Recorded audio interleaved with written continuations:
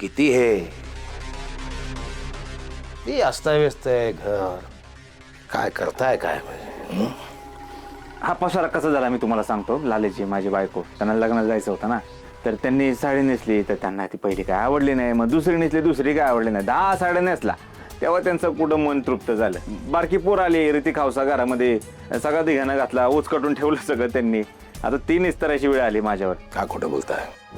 काय खोटं बोलले मी? तुमच्या बाबतीत एक गोष्ट मी नोटीस केली आहे बरं का. एक गोष्ट मी नोटीस केली आहे तुमच्या बाबतीत. जेव्हा मी तुम्हाला काही विचारतो आणि तुम्ही जेव्हा उत्तर द्यायला जाता तेव्हा तुम्ही घाबरता खूप आणि बोलताय खूप विनाकारण. खूप बोलता. असं का होतं बरं? माझं निरीक्षण असं आहे की माणूस जेव्हा खूप बोलतो किंवा विनाकारण बोलतो तेव्हा एक तर तो घाबरलेला असतो किंवा काहीतरी लपवायचा प्रयत्न करतो किंवा काय लपवत आहे? घाम आलाय.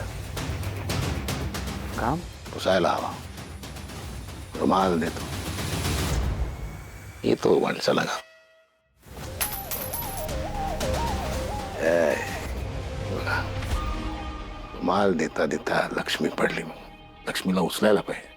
उचलतो. थांबा, मी बघतो कुठे आहे ती.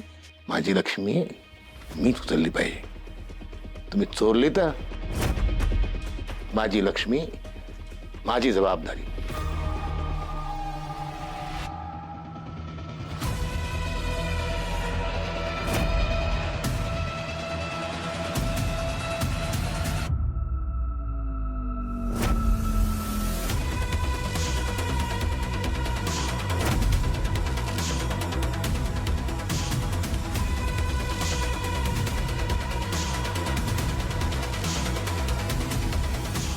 नाहीये.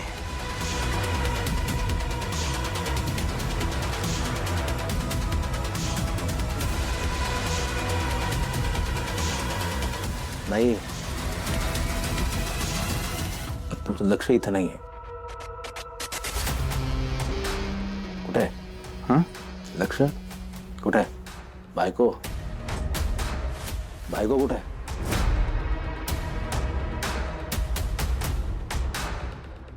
बायको कुठे आहे?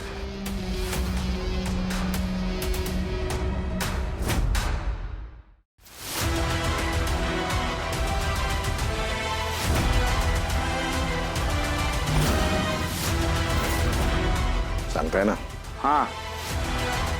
अहो मी सांगितलं ना तुम्हाला, ती त्या लग्नाला गेल्यात. तिकडनं ती त्यांच्या घरी जाणार आहे.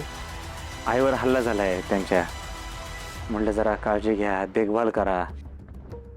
हे चांगलं आहे. पहा, हे वेगळं आहे एकदम, काव्यात्मक. म्हणजे चांगल्या चांगल्या कवींना, साहित्यिकांना हे सुचत नाही.